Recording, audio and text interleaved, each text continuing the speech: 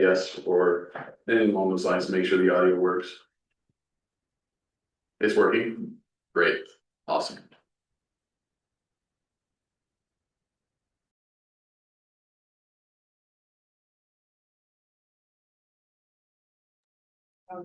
Yep.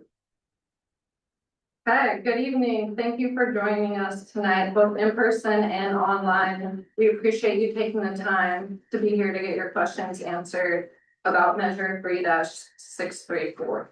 I'll give you a brief outline of how the evening will go, and then we'll go into introductions. We'll begin with a quick introduction from Clackamas Fire Chief Nick Brown, and then we'll kick it over to Assistant Chief Steve Dieters with a quick presentation PowerPoint. And then we'll do panelist introductions of our 8 panelists. And then we'll go into the Q&A. The format for that, for those in person, I will call on you and you'll stand up, state your name, and then ask your question.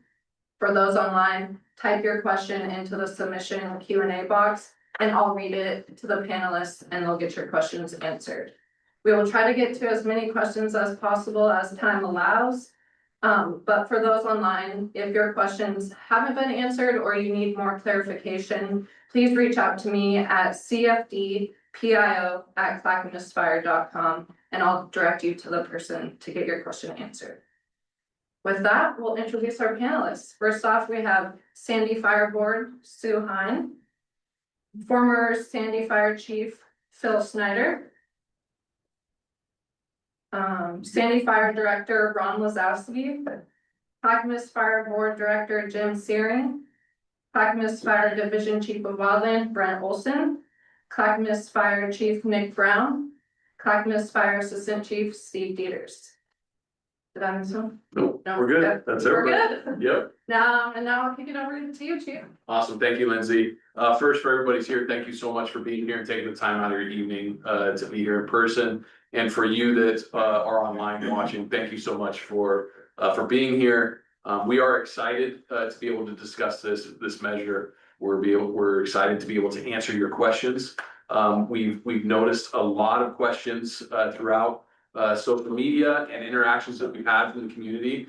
And it's really, really important for me as your fire chief to be able to make sure that you understand fully that I'm here for you. We are here for you, and that that means answering all the questions that you have. So there's really no time frame tonight. We will go until the questions. There's no more questions, and I'm just grateful for the opportunity to be here and to discuss this. So thank you so much for being here. And with that, I'd like to turn some time over to Steve Dieters to just go through a brief little presentation. All right, thank you, Chief. We're going to go through this presentation rather quickly because he said there's no time limit, but I was given one. So Sandy Fire Annexation, Emergency Services in Sandy, and what annexation means. So currently under the current contract, Sandy, the main station across the street from us, has 3 firefighters, 24 hours a day, 7 days a week. One of which guaranteed to be a paramedic. They're all paramedic EMT, but one's guaranteed to be a paramedic. We have a new rescue unit, which is staffed by firefighter, paramedic, EMTs, 12 hours a day, 7 days a week. The Eagle Creek Station is staffed 24 hours a day, 7 days a week.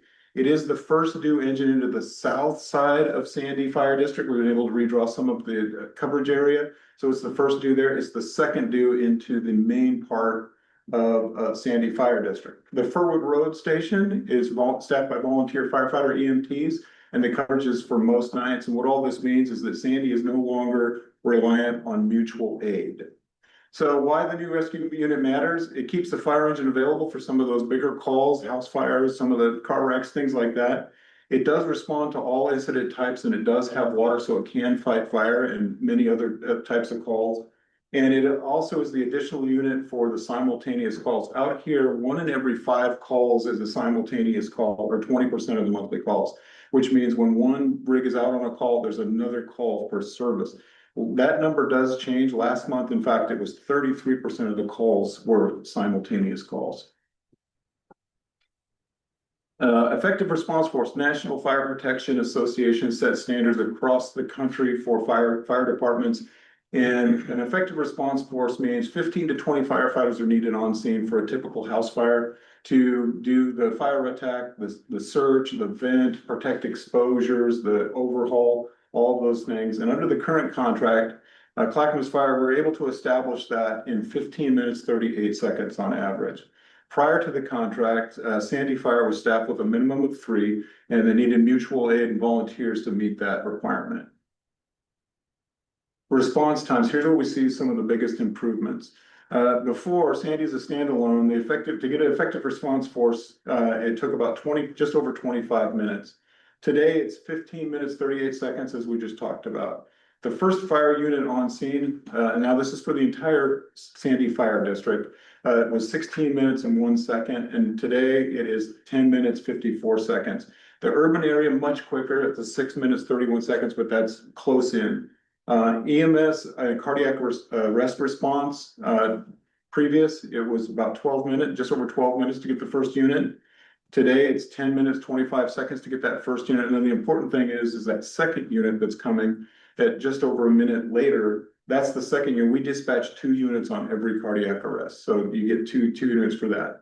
And then Station 74, that's the Furwood Road Station. It averaged about 4 nights a month with volunteer coverage.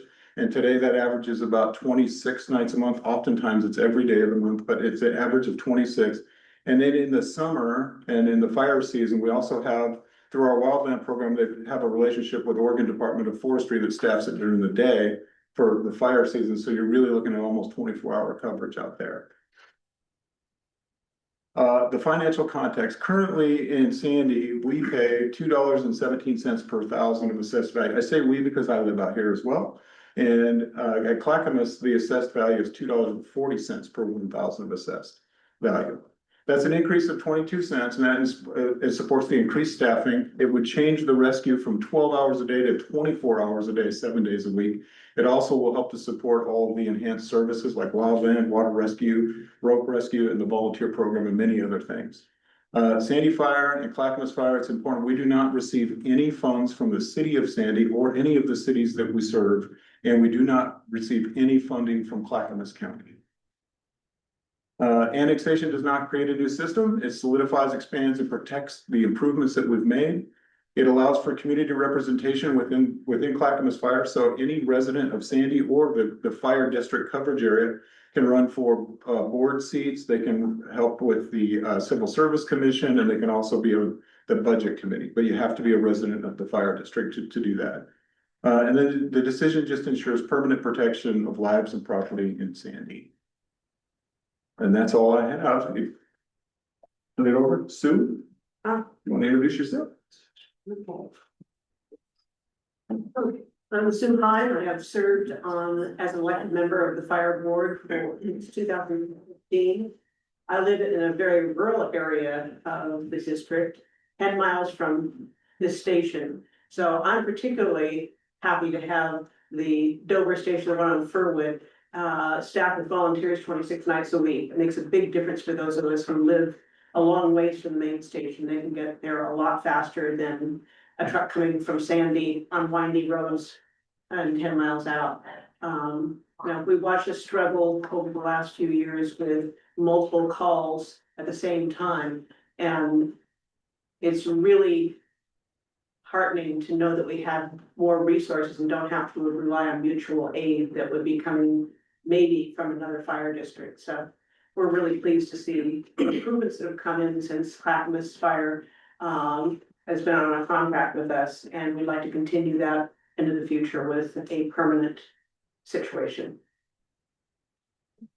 Good evening, my name is Phil Snyder. I'm the former fire chief at Sandy Fire District 72. I have 50 years in fire service, the last 9 as fire chief. So, you know, this decision was not taken lightly, and this is my community. I grew up here.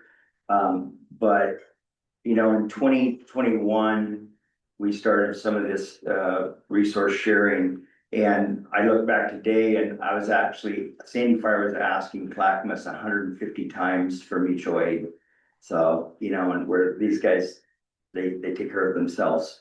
But, you know, in 2020, we realized that in the next 5 or 6 years, it was going to come with the growth of Sandy is growing so fast, and the amount of money that we're taxes is we would have had to, if we stayed Sandy Fire, we would also have to go out and ask for some type of levy or bond to survive. So I, on record, 100% support this annexation.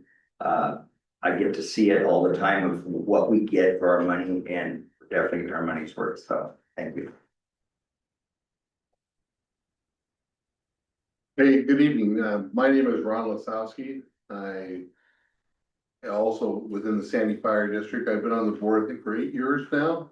And I came on, I believe in trying to give back to the community that's given so much to me and my family, and had business here until recently for within our family for over 40 years.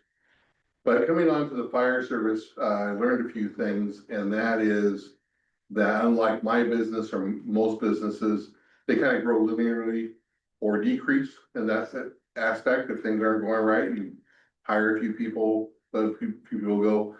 But in the fire service, we have a engine over here that's staffed with 4 people. And so you think, well, you just get another 4 people for another engine. No. You're typically going to need 15. And to cover the different shifts, vacations, etc.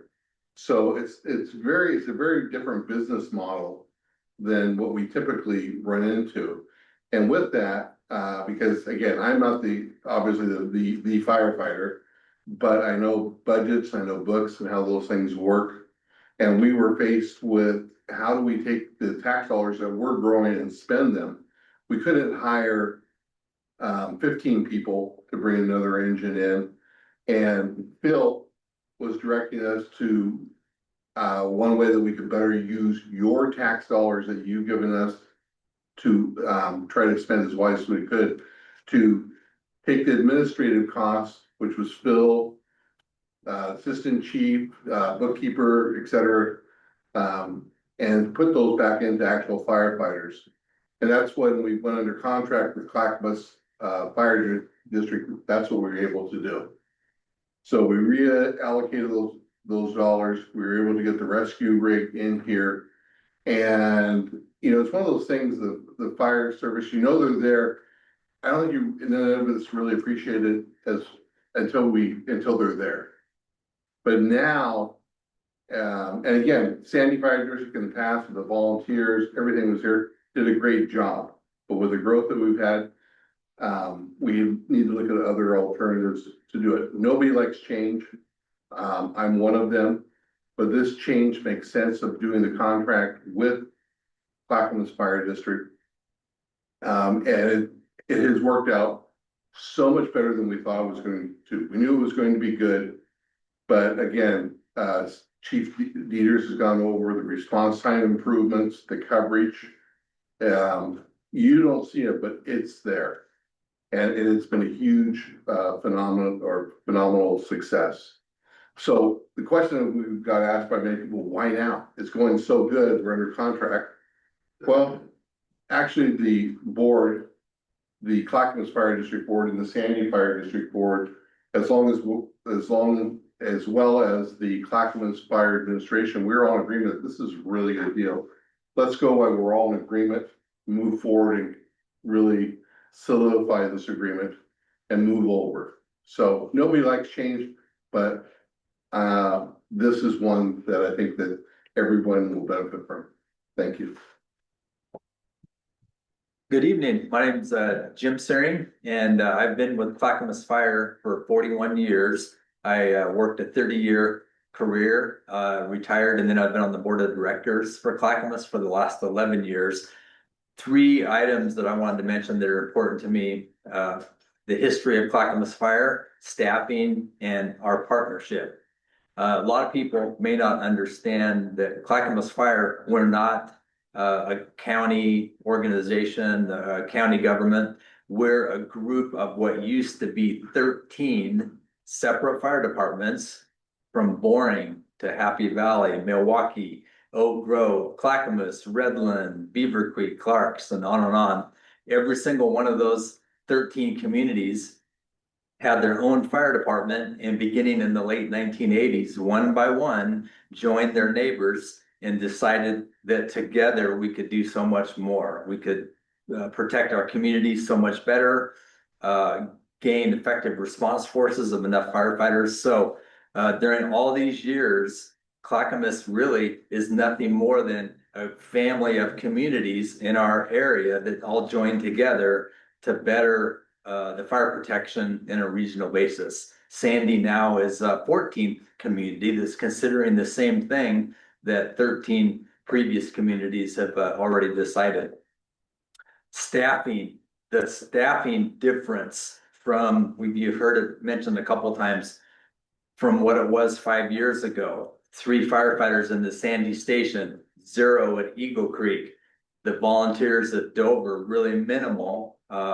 And we didn't have a 22-person wildland crew a couple miles down the road at Boring like we do now. So you compare that, what it used to be, 3 firefighters in essence in the Sandy proper. Now we have 8 by day, 5 at night. A minimum of 2 volunteers at Dover, 26 nights of a month, and 22 wildland firefighters just down the road. It's incredible. I do a lot of consulting around the country. I have for a number of years, and to have a model like this in a community of this size is almost unheard of. So the staffing is amazing. We're just seeking to make that permanent. And then the partnership. This partnership, in my opinion, in my 41 years of experience with Clackamas, is really one of the best partnerships that we've had. And this makes so much sense for so many reasons. We presented here a couple weeks ago to the Kiwanis, and they had a big sign hanging in the front that said, "Together we're good. Together we're better. Together we're good."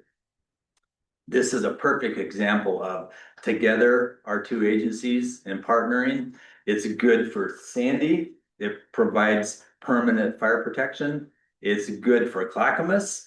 The firefighters in this area are also able to respond to parts of our district in Eagle Creek and Boring. So it's good for our citizens. It's good for the firefighters. It's important to mention too that the safety of the firefighters, the more firefighters that are on duty, it's safer for them. 2 firefighters go home every night at 7:30 p.m. and that leaves 3 firefighters in the Sandy Station at night. A lot of people don't understand that in the fire service, we have what's called 2 in, 2 out. When the fire engine pulls up, if you only have 3 firefighters or less on scene, you don't go in. You have to have 4 firefighters. So a lot of fires happen at night. So this ensures that 5-person firefighter staffing will be at the Sandy main station 24 hours a day, 7 days a week. So it's good for the firefighters, it's good for the community, it's good for both fire districts, and there's so many reasons I could go on and on. So we appreciate your support and thanks for having us. Awesome. Before we move on to questions, can I just highlight a couple things? Is that okay? Sure, shoot. All right, Really want. awesome, thank you. The other thing is everyone's standing and I'm sitting.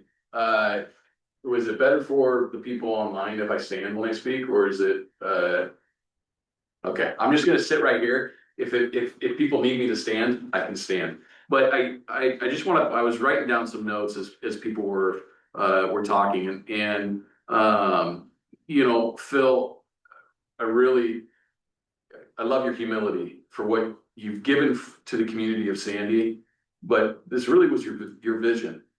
And in 2020, you forecasting this and saw this. And I remember our first conversation about what you were concerned about and the weight of the second due calls that were happening. And we didn't know the analytics at that time, but you were saying they're happening all the time and I'm worried about second due reliability from apparatus. And to see that conversation led to you engaging your board, to the board acting in the best interest of the community, and now us being able to staff Eagle Creek Station 24 hours a day, the rescue 12 hours a day, and that engine at 3 24 hours a day, 7 days a week, the level of service because of your vision. You're a very humble man. You've always led from the front, and I've always admired that.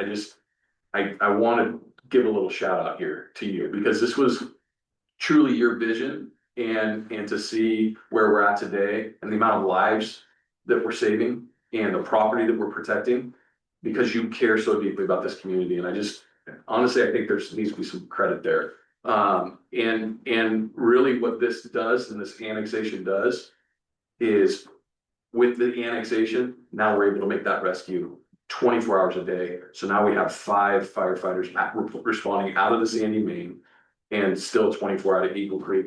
Plus what we're doing out at Station 4 at the Furwood Station, the Dover Station, being staffed from 4 to 26 nights from our volunteer program into that community and what that means to that community out there. It's a game changer. And so that's you. And so I just think that that's important to highlight that. And I do think it's important, you know, Ron, you talked about the why now and forecasting, you know, capital assets in the future. But really the why now is we have the analytics.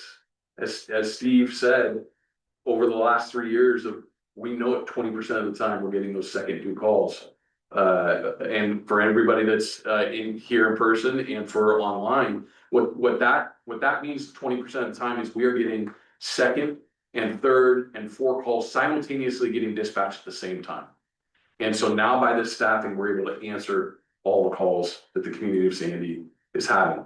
And so I just think that why now is one of the big things is not only what you said, but it's also to get that rescue 24 hours a day because we need it. We need it to better serve the community. So I really appreciate what everybody said, and I just wanted to highlight a couple of those things before we get going. Sorry, but you're gonna get that a lot from me. All right. Brent? Okay, good morning, everyone, or good evening. My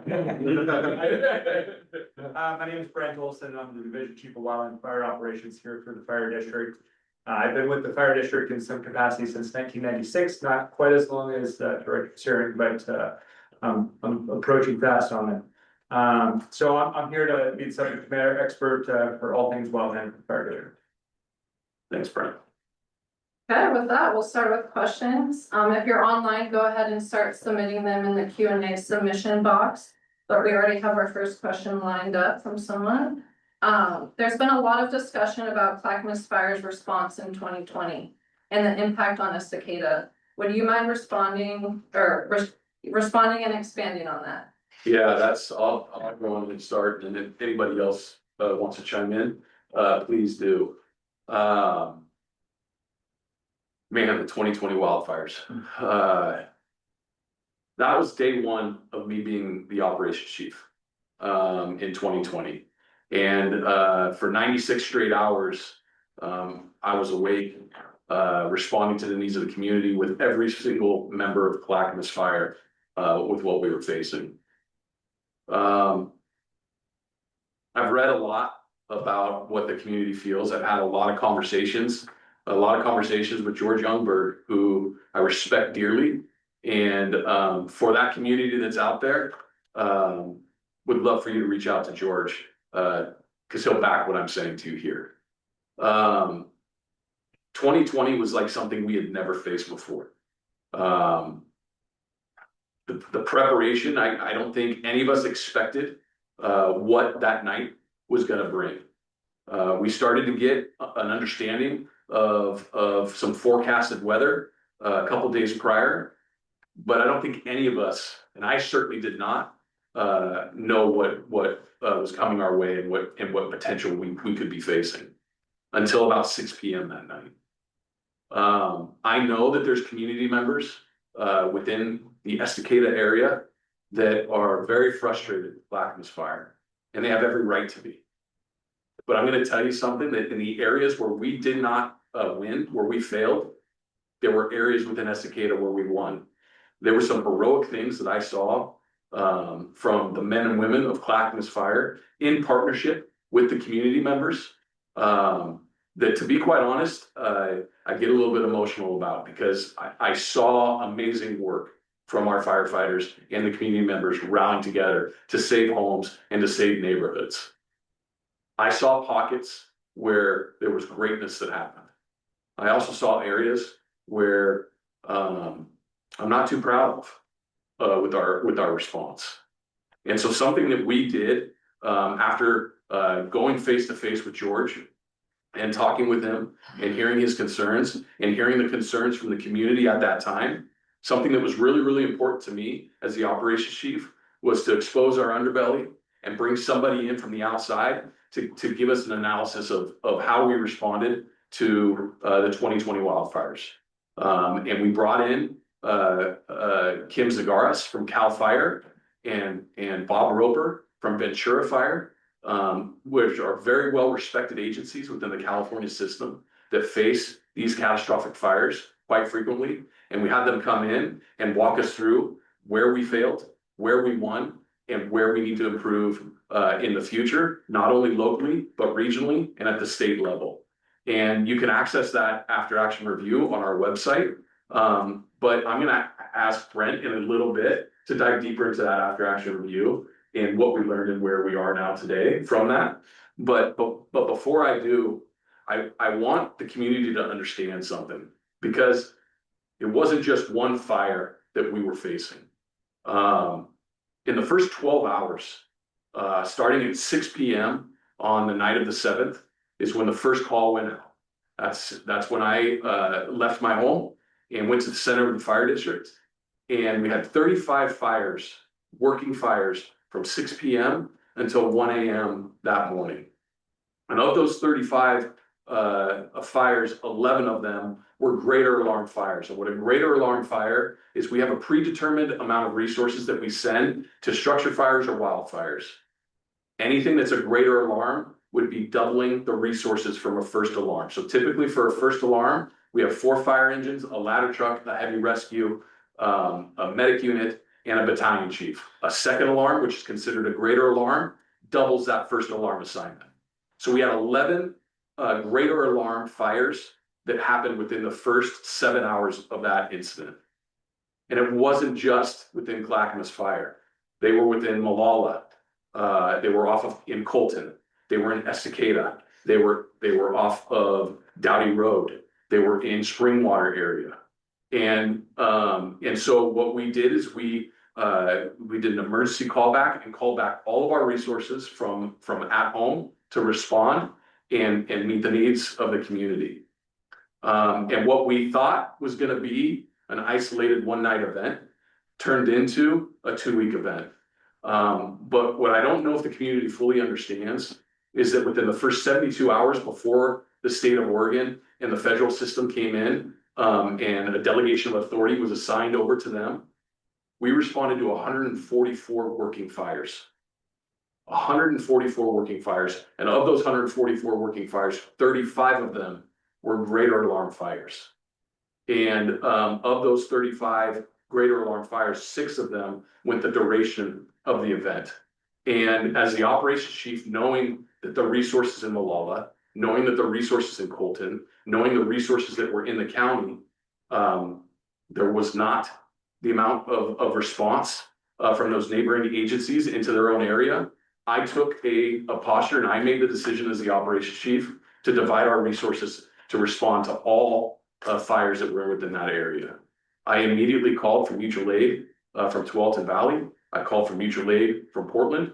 I called for the state of Washington and the state of Oregon, but I didn't realize that the whole entire state was on fire. What we faced, ladies and gentlemen, was a 135,000 acre wildfire from Riverside Fire that came bearing down on our communities in Estacada. 135,000 acres. What we also faced was, and I think the name of it, was it the North Complex? Is that what we ended up calling it? It was the North Cascade Complex, which was made up of the Dowdy Road Fire, the Unger Road, Wilhoit, Graves Creek, and then the Springwater Fire. And those fires combined were about 11,000 and some change in acres that were on fire. So in totality, within the first 72 hours of this fire, we had 149,000 acres of fire bearing down on Clackamas County, and we didn't have additional help. And so what I did is I divided all of our resources to try to mitigate the damage that we were going to see. Was that the wrong decision?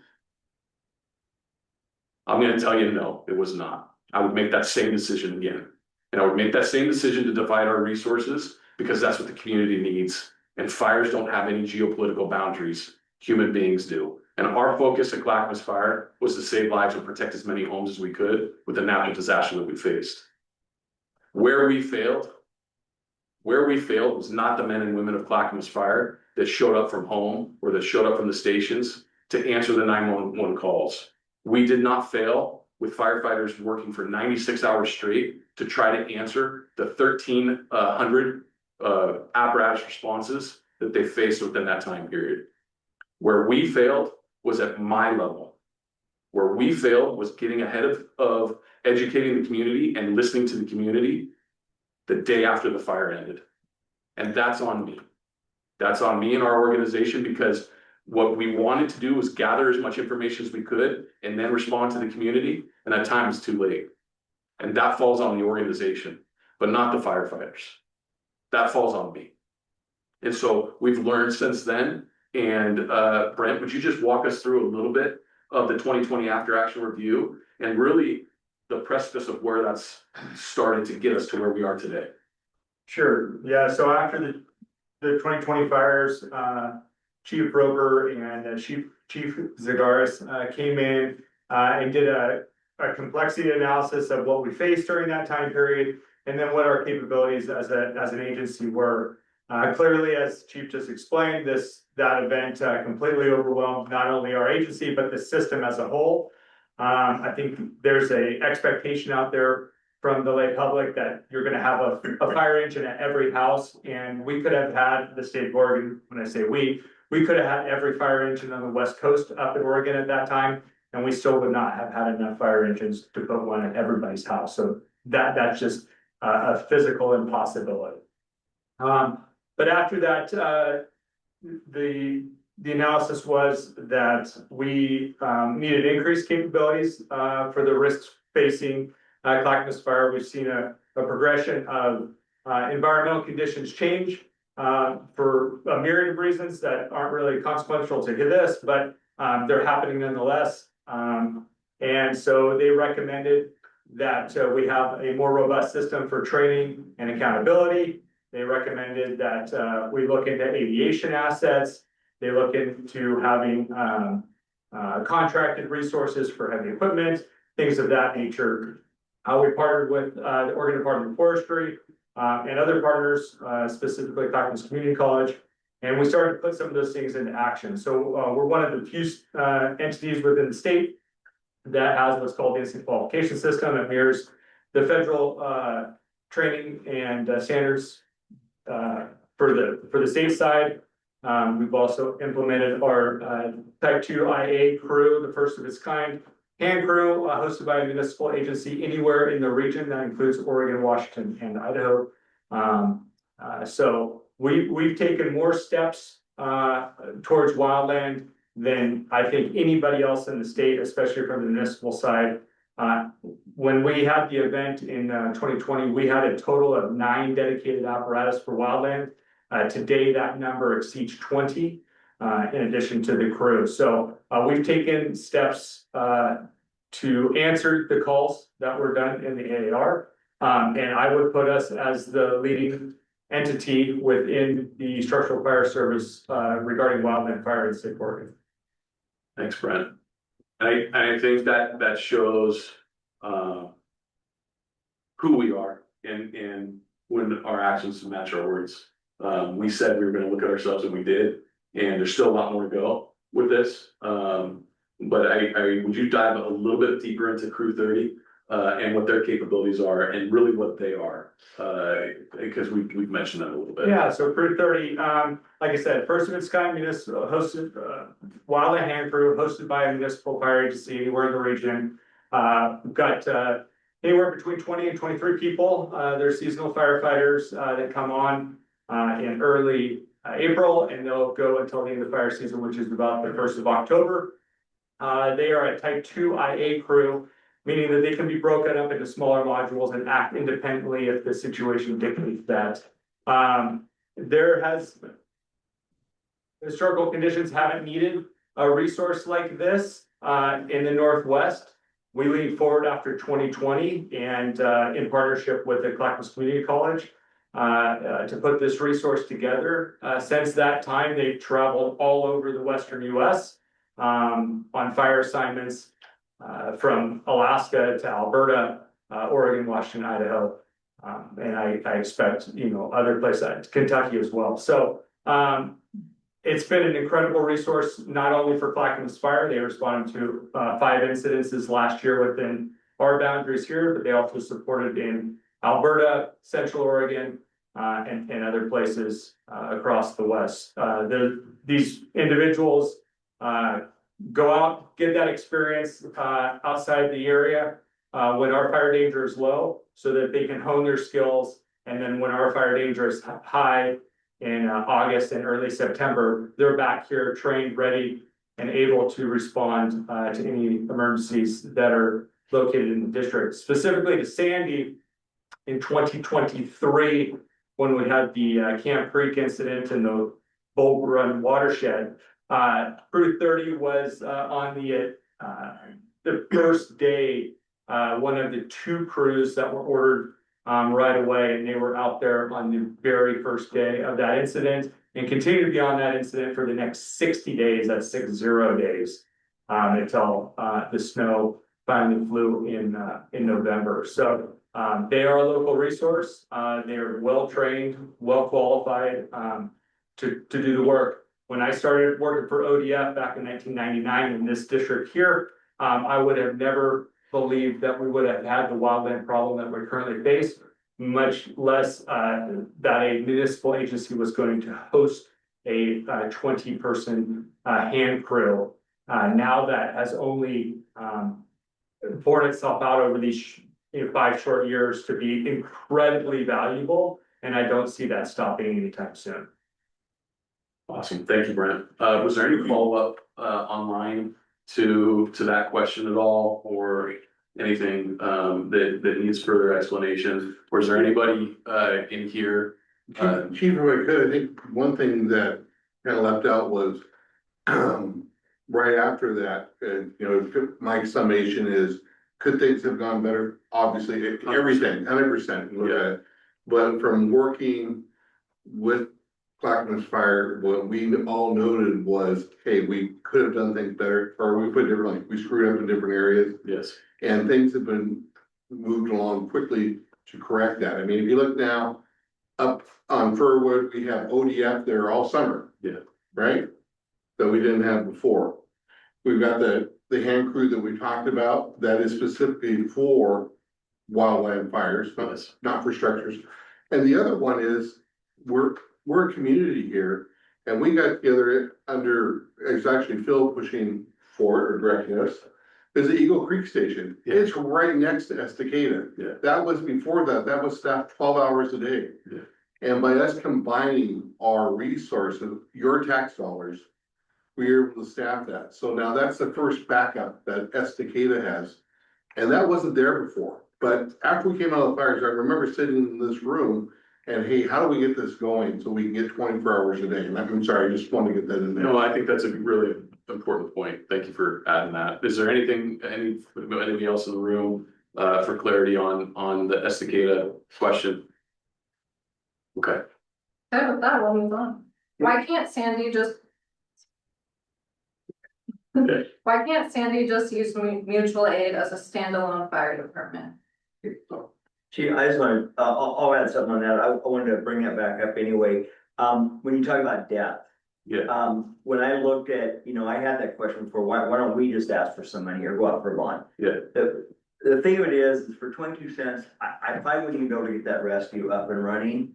But it's probably more like 50 cents, 1,000. But what I looked at is all that would ever get us is buy us some time and get us another unit. But when you look at the big picture and, if we get 10 calls right now, we're gonna get 10 apparatus. I mean, we're just gonna keep getting apparatus from Clackamas Fire. And that was one thing I had to really look at is, yeah, it'd be good for the 1 and 2 calls, but we still don't get the structure fire or the rope rescues and all of the wildland calls. You just do not have the depth. So it's super important to make people aware of that and why we didn't look at that direction. Thanks, Philly. So the mutual aid, Yeah, mutual aid question, can I take that one? please. That's one of my favorite ones. Yeah, Um. Again, I'm not a firefighter. You would think with this physique that I would be, but I'm not. Alright. But what I've noticed from not being one is before, and it wasn't a bad model, but Sandy Fire would run out to, let's say, a fire. And it was, okay, it's a real grass fire, they take care of it, whatever, we need help. And then they would call for mutual aid. All right, and then if it got worse than that, they call in for more mutual aid. Now, that's not saying anybody would be there or not, or could be tied up. Now we moved over to the model with Clackamas Fire District. When the word fire comes in, going to your house, your residence, whatever, you're getting 25 people, they're rolling. They're not waiting for somebody to tell them it's not bad or come on. They're rolling to your location. And what they found is it's a lot easier when they get there and find out that it's a oven fire or something like that, to say, turn around and go back, but they're on their way. And with mutual aid, one is, you don't know what they're doing. Clackamas Fire District is big enough that they're moving the pieces all around to make sure those 25 are there in almost all cases. yeah, thank you for that. And I think a good piece with this to add to Ron, Steve, is walk through, because I think the community members, and I think a lot of people misunderstand mutual aid versus automatic aid. And I think that there's a big piece to this question, but would you take on anything else that Ron left out? Absolutely. I think the big misconception about mutual aid is that you call and they come. Mutual aid is if they're there and they're available, and then they can still say no. They can say, we're not gonna send another unit, we're busy, we don't want to, whatever that case may be. In the contract and with all the depth of Clackamas Fire, it's now automatic aid, like Ron had said, the dispatch contains the effective response force. And not only for house fires, but cardiac arrest, car wrecks, rescues, things like that, complicated pin-in car wrecks, things like that. It's just automatic. It's built into the run card as we call it. Calls a run card for us, and it just comes. It's automatic, not mutual. Not to say we don't use mutual aid from time to time. Sometimes it's better to use a little bit of mutual aid that's closer, but it's in addition to the automatic aid that's coming. Yeah, that's great. And I think it's a good point to recognize that the mutual aid are statewide agreements, Yeah. county agreements, but it's nothing that requires Yeah. outside agencies to respond to. It's just if they're available, they can respond. Yeah. At their choice. Is there any follow-up with that, or is there any? Okay, as Chief Brown would say, I love this question. The contract expires in 2030. Why can't we wait to vote on annexation then? That's a good question. Like Jim, you want to take that one and then I can add, or? In our past, these other 13 fire departments that joined together generally, and I see it in the consulting world too, all around the country. Generally, contracts are meant to be 3 to 5 years. This contract was 7 years, and I guess for various reasons it was decided, let's just go for 7. But generally, the 3 to 5 year mark is what you see, is what we've experienced in the past, and it's what you see everywhere. And the reason being is that generally at that 3 year mark, you'll see, is this working or is it not? Does the community support it? Are we able to increase the staffing models and everything is in place and working? And in this case, yeah, it is. We've been working together for 5 years. We've nailed everything. The partnership has been amazing. The staffing levels have incredibly increased. So why would we want to wait for many, many more years? There really is no reason or logic to that. We have all the right people in the right place at the right time. At Clackamas, we have 3 board positions that will be up for renewal next March. It's a perfect opportunity for Sandy residents to run for the board and participate. So the contract, really, we've proven we've been together for 5 years, and I don't know the logic in extending it for many more years. There's a lot of risks to that too. Well, the other one is, and I think above all of us probably don't like to do the fear side of it. But we wanted to hit it early because again, we're all in agreement that this is really good for the community. And yes, we could wait a year or so beforehand to try to hammer out another contract. But again, it's one of those things, we don't know what the future is gonna hold. And the worst case scenario is we're not able to do another contract. If that is the case, and it can happen for whatever contract, labor negotiations, we just can't make it work. And Clackamas, or we say no, because as it stands right now, either of us can walk away from this. But if we do part ways, then we're gonna have to go back as the board. And we're gonna have to come back in, hire administrative staff again to run it. And that's gonna just pull from the resources that we have. So that's actually going to be a decrease if we can't make the contract work, if we were to extend it. Yeah, I love that, and it's good to hear. I think the difference in view of why now, as the fire chief and as your fire chief, my why now is a little bit different, and I think it all has to build on that. I think it's a big piece of this, but my why now is looking at it really from the service levels currently, and after seeing the analytics of 1 in 5 calls is either a second simultaneous, third simultaneous, or fourth simultaneous call, and knowing that rescue leaves at 7:30 at night, I'm gonna be brutally honest here. My sister and my brother and my nieces and nephew live in this community. My assistant chief lives in this community. You all live in this community. I have friends and family that live in this community, and I have quite a few of our firefighters that live in this community. And so when I look at why now, I'm looking at the needs for the community, and my job as the fire chief is to educate you and educate the community and let you decide whether or not what I see is coming our way, what I see based on quantifiable analytics and response models is needed for this area. What I'm seeing from Brent as far as the wildfire threat that is not getting better, it's getting worse. And knowing that I have a type 6, what we call a rescue, it's a type 6 brush truck that can be able to respond 24 hours a day, 7 days a week, immediately when it's dispatched. It's important with wildfires, it's important with house fires to keep the footprint small. And so as the fire chief, it's my job to educate the community and to educate the elected officials. But that's my why now. My why now is that I need to get that rescue to 24 hours a day. And the only way to do that is through annexation, because the contract does not provide the ability to do that. And the only way we can get to providing that apparatus to 24/7 is through annexation.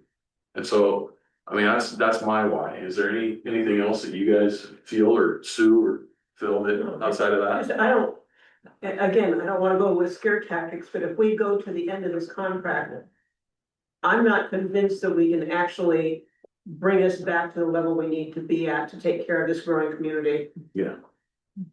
I think that's a very fair, safe assessment.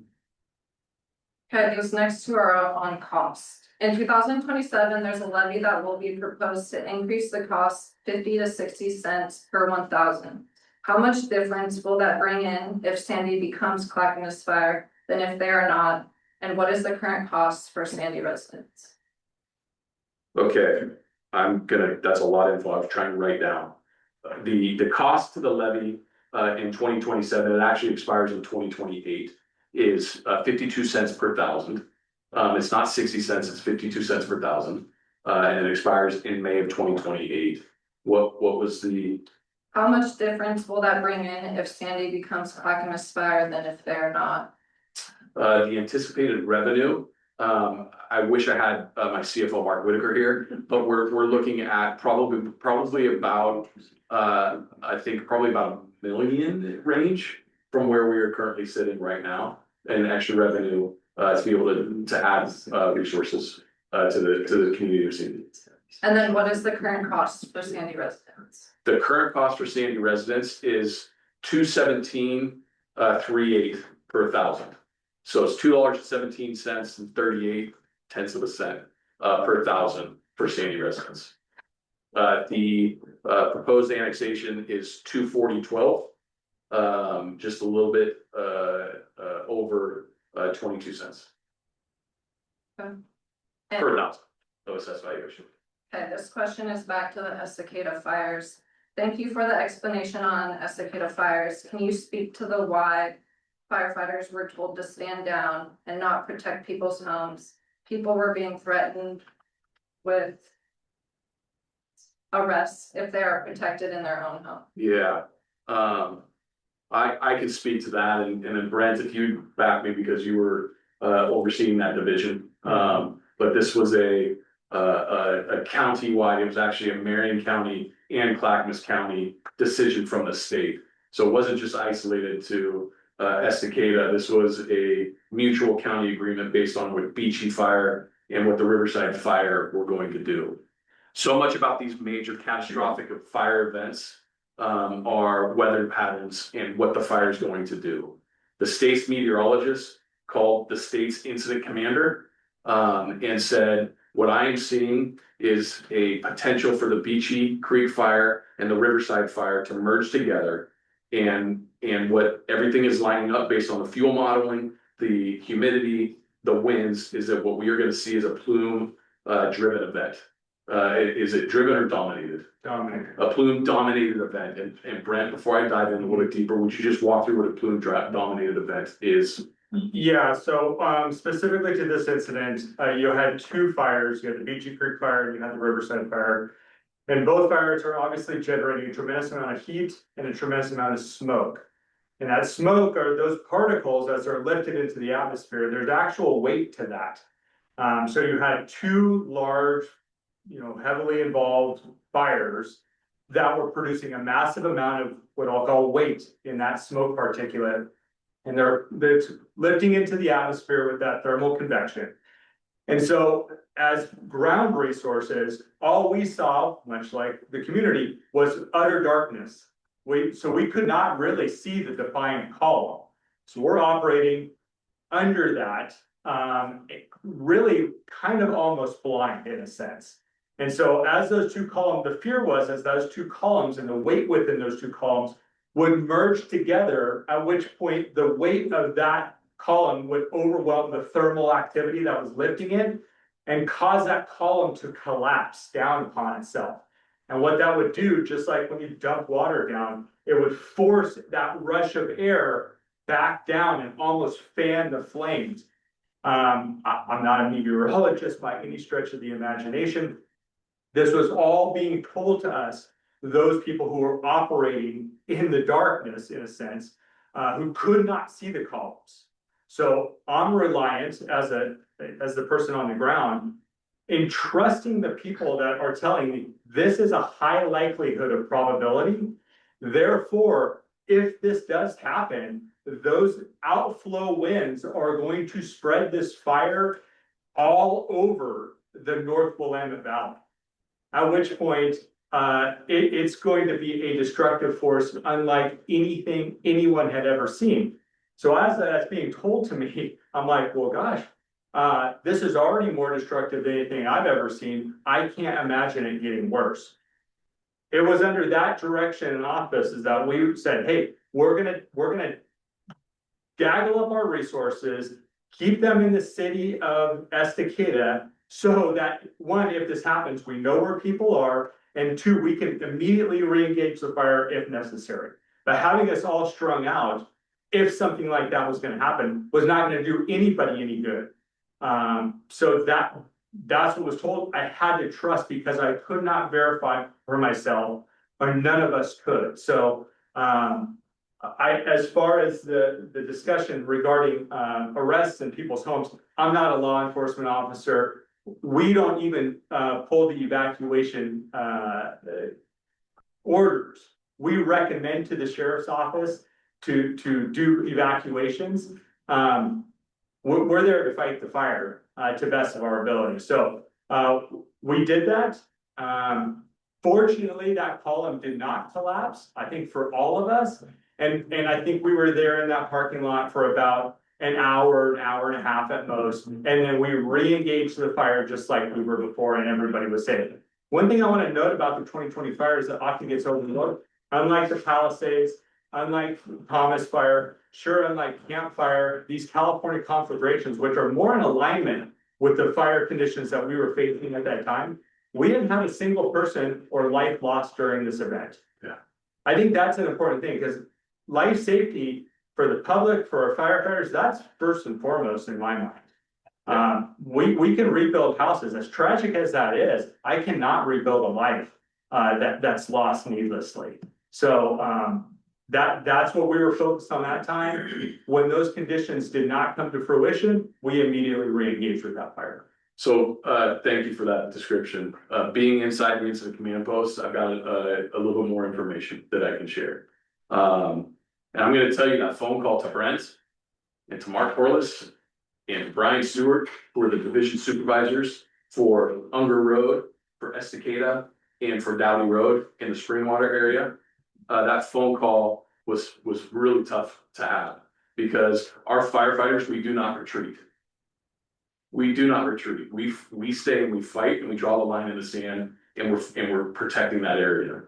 When the meteorologist called, rallied up with the incident commander from the state, as well as CCSO, and the information that we had was a 90% likelihood that was going to be a plume-driven event. I said, what's that mean? The state, for the most part, echoed exactly what Brent said. And so we formed a strategy where we assigned, I broke our resources up into a third. Brent and his division, which covered basically Estacada to the border of Colton. And then we covered from Colton and basically west. And then to the south, we had at Dowdy Road in Springwater. What we decided to do was the last thing we wanted was fire to get behind us. And so we pulled back resources, like Brent said, to cover the city of Estacada. And we ordered some additional fire engines to come code 3 from neighboring agencies, which at that time they were able to respond to buoy up the Estacada community, because we were not going to lose the city of Estacada. And I pulled the resources back to Highway 211 in Colton. And then we pulled resources back to the other side of the river in case we had what they were predicting was 15-mile spot fires if this event happened. And so I divided and I took a countywide approach, much like I did the first night. And I don't know what was said on out in the community. I know that I went face to face with a bunch of community members that said that. We don't have the power to arrest anybody, like Brent said. But what I will tell you is that drew a lot of fear from our firefighters. And the other order that I gave to every single one of those divisions was, do not let a community member pull all community members out as we are getting out. And so I don't know, other than what the community is telling me, who said it. But things like that were said, and I'm sorry that was said. But like Brent said, our number one focus was to get community members to safety from what we thought that was going to happen. And there are tactics to use to do that. Threatening to arrest somebody, I don't think is the right tactic. But I will tell you that there was a lot of fear amongst our firefighters of losing lives, not only of the firefighters, but the community members we've sworn an oath to protect. So that's the response to that question. Is there any follow-up, or did we answer? Yeah, please. Sorry, Steve. I just wanted to add that I've heard several times about Clackamas Fire abandoned Estacada. And that post actually came from the city. And I was in that parking lot. We were all up in that parking lot. We took that time to get filled with water, get fuel. We sent like one at a time and just waiting to go back to work. And I would encourage those citizens that believe that we abandoned. We were in the Estacada High School parking lot. And Ken Oliver, an elected official still there today, was up there with us, and Mayor Drinkwine was there with us. We never abandoned anything. We refueled, and waited to go back to work, which is exactly what we did after an hour or so. Okay, we have a follow-up on costs. Does that mean if Sandy is annexed right now with the increase from 217 to 242, then again in 2027, there will be an additional 52 cents, making a total of 292 for Sandy residents? Great question. So, just some clarity, it's not 242, it's 240.12. So it's basically $2.40 from what you currently have, which is 217. That would happen now. With the expiration of the levy in May of 2028, should the elected officials decide to move forward and renew the levy, whether or not that comes in May of 27, November of 27, or May of 28 when it retires, when that levy retires, that would be determined by the elected officials. But yes, it would go to is that 290? Yeah, it'd be 292 per thousand. If passed. It passed, but the voters from Sandy would be able to vote on that. The thing we wanted to is if this is the Sandy Fire District is annexed in, then that levy, if it does go back before the voters, the Sandy Fire District residents, if it passed, would then become Clackamas Fire District residents. Correct. And they would have the ability to vote on that levy. Yes, As well as every household within Clackamas Fire District. as well as any future measure that ever came forward, right? That gives the community the opportunity to vote.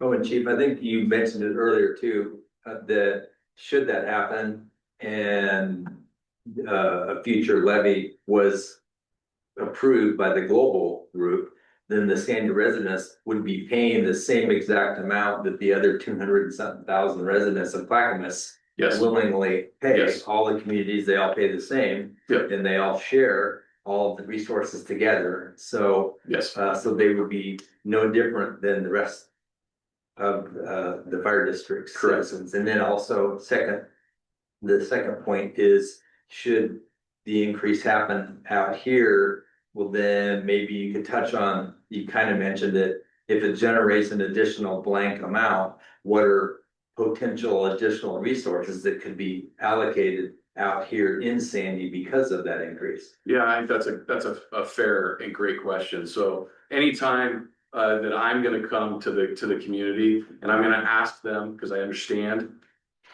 the importance of what a dollar is to community members, it's not gonna be for a status quo. I'm gonna improve resources.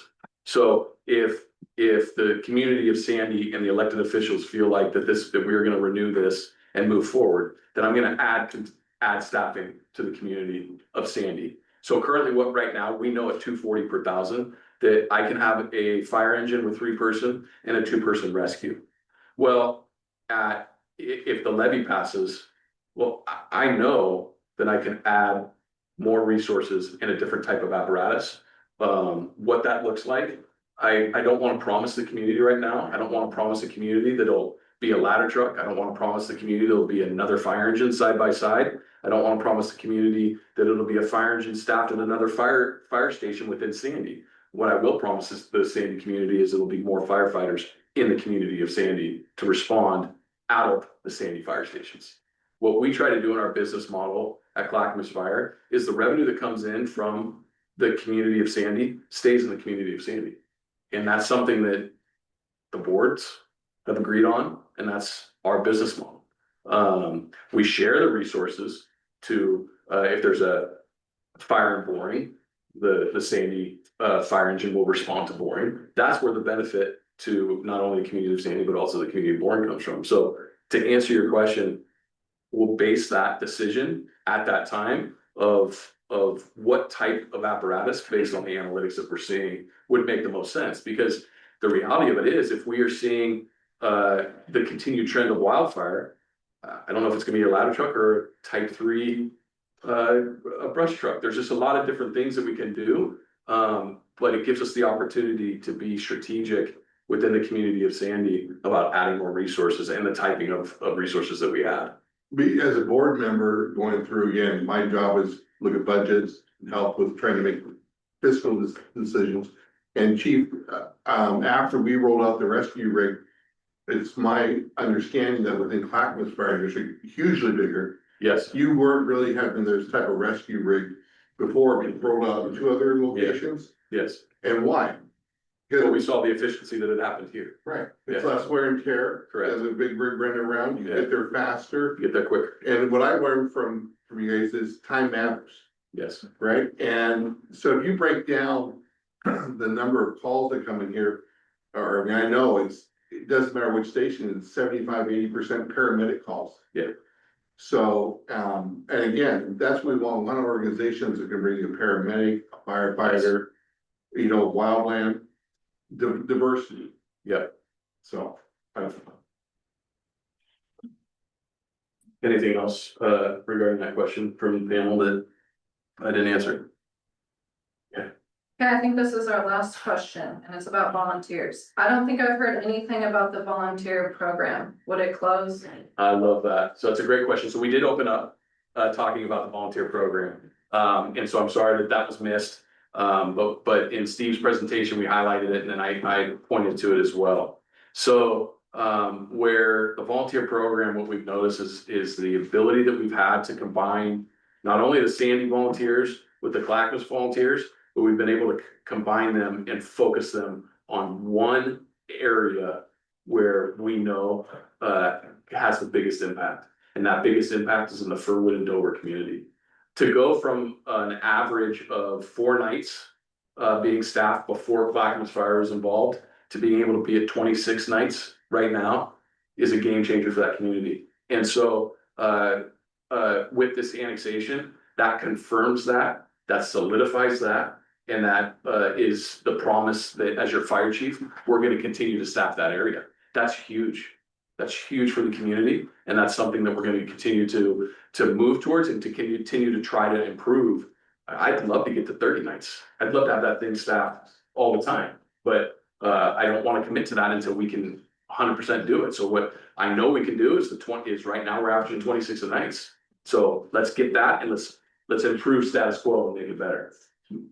So, anybody else as far as like to back what I'm saying? Your client isn't how many volunteer applications we just. Oh, that's a phenomenal question. Yeah, thank you, Philly. So, something that we saw post 2020, or sorry, post COVID, thank you, was a significantly decrease in the amount of applications for volunteer firefighters within the community of Sandy and within the community of Clackamas Fire, our neighboring partners of Canby Fire, Malala, everybody was having some Woodland, significant decrease in volunteer applications. And so if you look at 3 years ago, even, we had 12 applications for our volunteer program. We just went through a process where we had 86 applications for our volunteers. And that shows me that our messaging and the word is getting out to the community members of engaging more in volunteering. And it's likely because how we've structured it and they are focused in on responding out of a station, and that's their station. They call themselves the Dover Dogs. They have a station patch and there's a lot of station pride. And that's really what Clackamas Fire brings. We immerse ourselves in the community and we have pride in that community. And it's nothing against what previously had, because the volunteerism and the volunteers that Sandy Fire have that came over to Clackamas Fire are game changers. The commitment that they have to the community of Sandy is something that I think is inspiring to the other volunteers that come on. And I think that's why we're having a lot of success. And so I would anticipate that number continuing to increase so that we can maybe look at even expanding that further within Sandy. But again, our main focus is going to be that Furwood and Dover Station with the volunteer program until analytics prove that we can expand more than that. Anything else with that? We're graduating 16 new ones on Wednesday. Thanks. And yeah, we're graduating 16 new ones that will hit the line on Wednesday that have been through a 6-month academy. And so I get the opportunity to swear them in on Wednesday night to be able to come and be able to better serve you. So excited about that. I think it's important to mention too, in addition to those firefighters that are serving at Dover now. Clackamas also has a robust volunteer program where we have support volunteers. We have volunteers, Chief Snyder, one of them, who drive water tenders. So they're not firefighters, but they get the water tender tanker trucks to fires. We have volunteers who are rehab volunteers, we call them. They show up with the rehabilitation equipment and change bottles out and hand water out and take blood pressures and things like that. We have a couple volunteers that are chaplains, so we have a number of volunteers in other capacities. Both boards through our histories have always been supportive of volunteers, and I don't see any change whatsoever of our support for the volunteer program in the future. And to build on that, Jim, I think it's really, really important to highlight, our most recent, volunteer firefighter of the year, Glenn Yeager, who came over from the Sandy, contract for service from the Sandy Volunteers. He's been a longstanding volunteer here. He leads and is highly involved in the Explorer, program, Yeah. which are, high school age kids till 20. And it's really a great, step to get introduced for high school age kids interested about the fire service, and then getting into the full-time volunteer, and then ultimately into a career in an organization. But that's something else that really on the west side, we weren't getting much involvement on post-COVID. But the Sandy community rallied with it and has reignited that program to where now we have Explore program thriving again. So yeah, I think I think those are all good points and a great question. As I always say, I love that question. That was good. Well, we just had another really good. I love it. Let's go. If we do not annex into Clackamas Fire, how might that affect our homeowners insurance? Yeah, that's a really good question.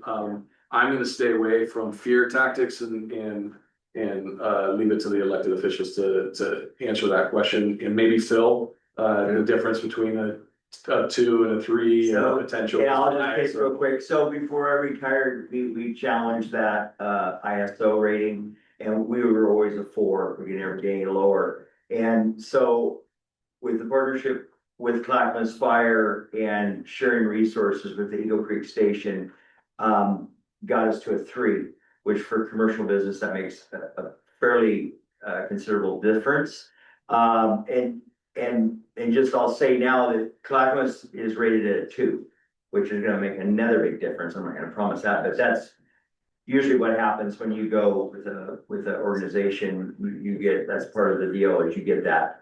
But the one reason we went from a 4 down to a 3 was because we were able to use the manpower and the equipment that we were sharing partnerships with under a contract. I love To that. start, so. So the lower the number, the better. The lower the number, the better. Yeah. Yeah, I mean, 2, you're not, unless you're downtown Portland and have a fire station on every block and a hydrant on every block, you're not gonna see a 1. I mean, there's specific things. 2 is like Pretty good. pretty good. That's very Yeah. good for this area. We just got information this morning, the city of Gladstone annexed in November. They just had a re-rating and they went from a 5 to a 2 with annexing into Clackamas. No guarantees on what that changes for anybody else, but. Yeah. Yeah, so you should see it improve. And I guess the end state is not for fear, but it's a great question. If the annexation doesn't happen and the contract, it would likely go back to where you were at. So, yeah. So, yeah. Is there any other questions from the community?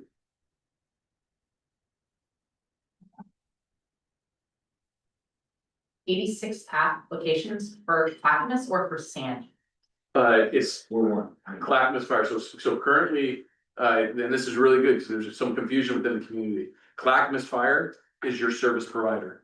We are in a full contract for service. So since 2023, the volunteer program has been Clackamas Fire's volunteer program.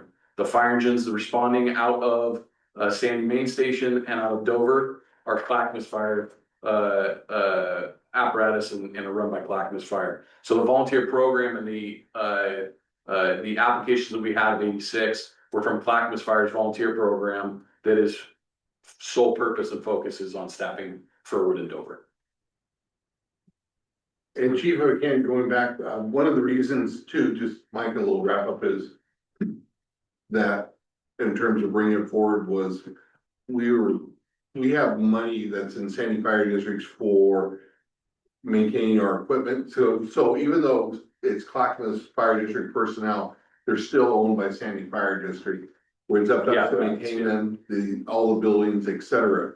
And we forecasted out, we are gonna have to go back if things remain as it is to the voters to have a levy to up our tax rate. We don't have the money as we forecast out going into about the early 2030s to be able to buy the equipment that we need to run this place. So again, it's not a fear thing, it's just a reality. The cost of the engines in the last, 6 years have doubled roughly. Yeah, so if you look at the spec of fire engine that Sandy has, or the Clackamas Fire has, pre-COVID, you would expect to spend right around $525,000. That same spec of apparatus is now $1.3 million. And I'm not fully sure. It doesn't make sense with what happened with inflation of why the cost went up like it did, other than public entities are getting leveraged by private corporations. But one of the things that we do as Clackamas Fire to talk about, and I really think this is one of the things that is important, and Phil saw this, and who did you use for your fleet maintenance before Clackamas Fire? Yeah, so I was gonna bring it up as well. I mean, a lot of people realize how much other Clackamas does on the backside that nobody hears about, you know. So yes, what kind of started it for us in 21 is we actually had a person retired. And again, we always talked about, you know, the best accountability of our money. And we took that money and we ended up doing fleet maintenance because we had our own mechanic and he retired. And to go try to find a good mechanic that knows fire service was very hard. So we started with you guys, fleet maintenance. We went to the battalion chiefs, so that command and control that takes care of all the greater alarm fires. There's always gonna be somebody there. The part of the union, you know, a lot of people realize like your fleet maintenance is like the best, you know, that I've seen. And, you know, Hoodland uses you. Esticade, I believe, uses you for union and fleet possibly. So, I mean, there's a lot of other cores now. Esticade doesn't anymore. No. Can be. Oh, Woodland, Camby, you would know Lake Oswego. fire districts that use your services. Yeah, in the other regional ways. provider. And again, we started out, you know, a lot of people think this is all new. And, you know, we started basically in 21 Yeah. with using quite a few services and liked what we saw. And so we moved on to where we are today. So I think it's important to point this out, and I know this isn't the question, it's expanding on the question, but I think it's important, and I love that question was asked, and that we got here with it. But if you really look at what's unique, is our mechanics are certified Pierce mechanics, and Pierce is the fire engine manufacturer, so they are certified to work on our apparatus. Now, why is that important? Well, that's important because the National Fire Protection Agency, they set a standard for how long a frontline fire engine needs to be in service. And so if you think about it, fire engines were $525,000, now they're $1.3 million. They say at 10 years, you're supposed to pull that frontline engine out of service and put it into reserve status.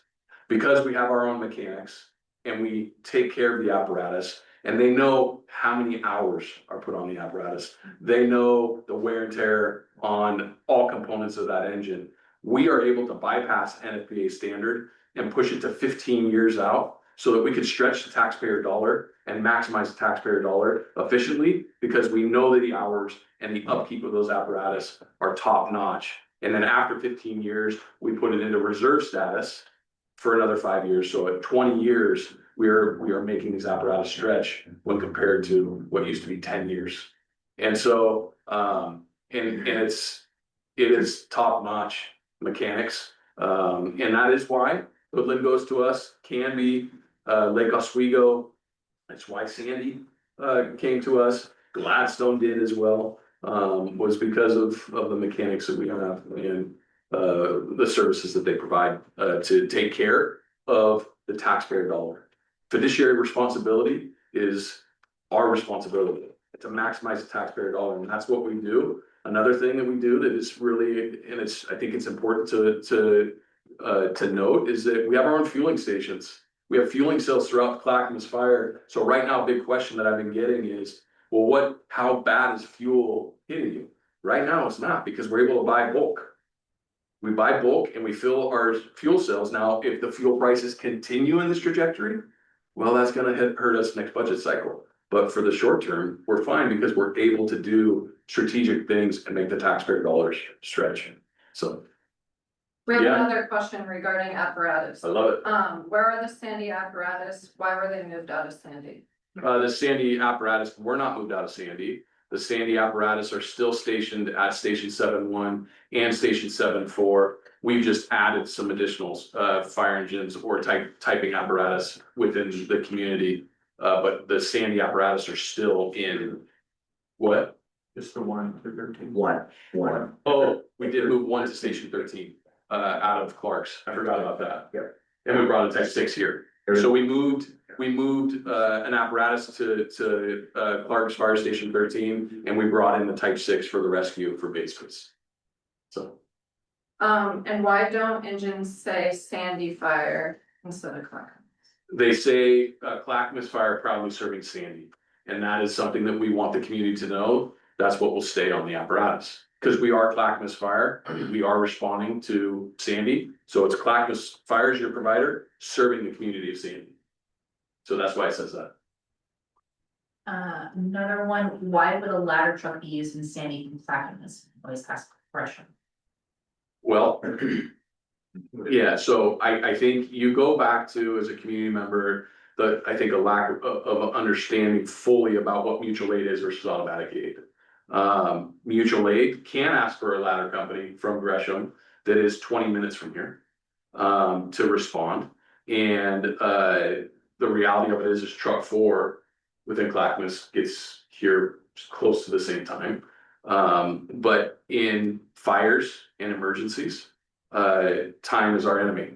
And so one of the methods, and I'm not gonna get too far in the weeds here, but I think it's important, is that when there's a house fire and we are going in for search and rescue to find a trapped victim, or to extinguish the fire, one of the tactics we utilize to eliminate the products of combustion, the smoke, the heat, the fire, is to cut a hole above where the fire is in the residential house or in a commercial building or an apartment building.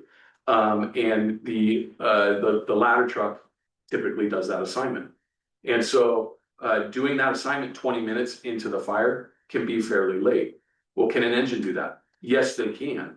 But our run order is the first engine pulls lines to put the fire out. The second engine that arrives is going in to search. And so when you look at the potential need for a ladder truck within Sandy's community, the 26 corridor is an artery that there are a lot of accidents on. And the truck companies within Clackamas Fire, or the heavy rescues, or the squads, are the ones that perform the vehicle extrication.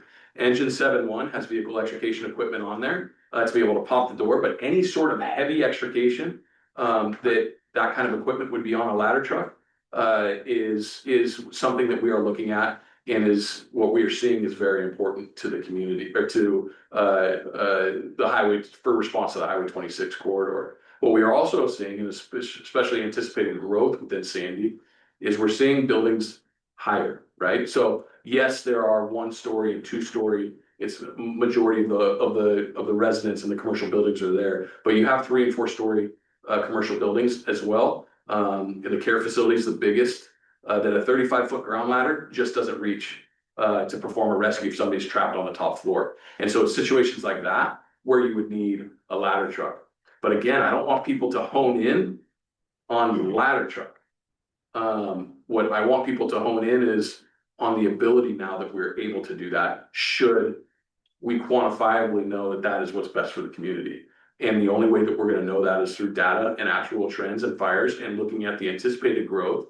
And if we are starting to see some of that forecasted growth from the city and the expansion coming to fruition or not. All of this kind of determines on what we're seeing out of the wildfire potential and what we are seeing as far as growth on whether or not it makes sense to throw a ladder truck here. But definitely would have that opportunity should annexation and a levy be renewed. I know you touched on this a little bit, but can you respond to why now and not when the contract expires? Yes, yeah, and again, I really think that there's a diverse opinion that's in the room of why now, but as your fire chief, I want to tell you what my why now is. Why I went to the electeds and why I'm coming to you as a community to explain to you why I see annexation needing to happen now. 1 in 5 calls, so 20% of the calls, and as Steve said at the beginning of the presentation, last month was 33% of the calls, has simultaneous calls within the community of Sandy. I have family that lives here. My sister, my brother live here. I have nieces and nephews that live here. I have my assistant chief lives here. A lot of my firefighters live here. And the community members of Sandy that I've sworn an oath to protect live here. And so when I see simultaneous calls going and knowing that time is our enemy, having that rescue go from 12 hours a day to 24 hours a day is paramount for us to be able to adequately serve you. You know, I was talking to a resident who lives off of Bull Run, up near the Bull Run. And we respond to her home because of her husband quite frequently. And at night after 7:30, if there's something that happens out there, that fire engine is going all the way out to there and it's leaving this whole entire area unprotected. Now, if we have a simultaneous call, then it's Eagle Creek, which we staffed is going to be able to get up here. But having that rescue be 24 hours a day is a game changer as far as quickness for cardiac arrests, difficulty breathing, heart attacks, anything along those lines. The second piece to this is the forecasted wildfire concern that I'm seeing. And like I stated earlier, the rescue is a type 6 brush truck. And a type 6 brush truck is that small pickup style brush truck that goes off road. They vary in the amount of gallons. Is this one 300 gallons? What's the gallons that's on it? It's a 400-gallon tank on it. And so coming into wildfire season, having that thing staffed is crucial. And moving forward in perpetuity, if what is forecasted from the state and the federal agency partners of what they're seeing, it's important for us to get that apparatus staffed to meet the needs of the community. I'm not here to sit there and tell people how to vote, but as your fire chief, I am here to tell you what I see, and then I trust that you're going to do the best thing for you and your family, and that's what I want you to do. I think we're good. Thank you for your. I just wanted to add on, you kind of mentioned it, but you know, we get focused on the fires and those type of things, and the cardiac arrest, the sudden cardiac arrest is, just for being in the community, has seen unbelievable getting that rescue or an engine, because you might expand on how many it takes for a cardiac arrest. Yeah, that's a good point. It makes a huge difference, because we used to go out with 3 people. And it's not very, it wasn't the best thing, having 3, you need like 6 or 6 plus. Yep. So, and that's a life, I mean, and I've seen with children and everything else already make some huge difference in the community. Well, I do think that you bring up a good point, and I try not to tell war stories in this situation, but I think it's important. And it proves why your vision initially with this Philly was important, because within the first 3 months of doing this plan with the dual apparatus, we had a 6-month-old go into respiratory arrest, and rescue 3 get there first and start breathing for the child, and the child made a full recovery, who was blue when they got there, no pulses. They shocked him and they were breathing for him, and he's still alive.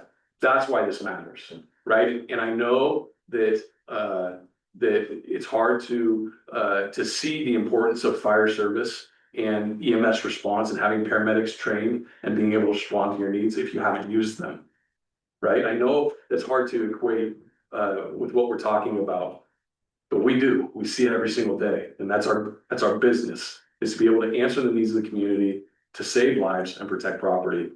And that's my job as the fire chief, is to educate the community and educate you as elected officials, and then let the community vote. That's what's beautiful about America, is you get to vote and say whether or not this is what you want. I don't want to force anybody to do anything. I just want to educate you and let you know what's coming And what I see, and being in this career for 23 years, starting my 24th year and the experience I have, as well as the countless years that are on this panel of fire experience, what I think and what I know to be the best thing for the community. And so that's really what we're doing. We're just trying to educate. Thank you for your questions. Oh, I just wanted to add something too. Sorry, I get a little bit passionate. I do apologize. I think- I do. I think it's important to mention, should the annexation vote pass on May 19th, the additional firefighters take effect just 45 days later. So, we never really talked about the time frame that on July 1st, the Sandy Community Fire Station will have those five firefighters 24 hours a day on the rescue and the engine. So it's quick. This is no delay. It's gonna be later in the year or next year. It's 45 days later and the community is staffed better, just like that. So I agree. It's important. And kind of not kind of an apology, I think, from the Sandy Board, Clackamas Fire District as well. This was up for a vote last November. We're back here again. Yeah. We went out and we did a disservice to the community. We thought this would just go through. We did a number of pollings and said, this is great. And I'm just happy to be here in front of you today, working in our partnership here to try to educate you. Whether you vote yes or no, that's your decision to do. We're just here tonight to try to provide, to be transparent, as the word goes, let you know what we see, we try to answer your questions and educate on it. So, I'm sorry we didn't do that the first time to the community, but I hope that, well, we're trying now to do our darndest to get that information out.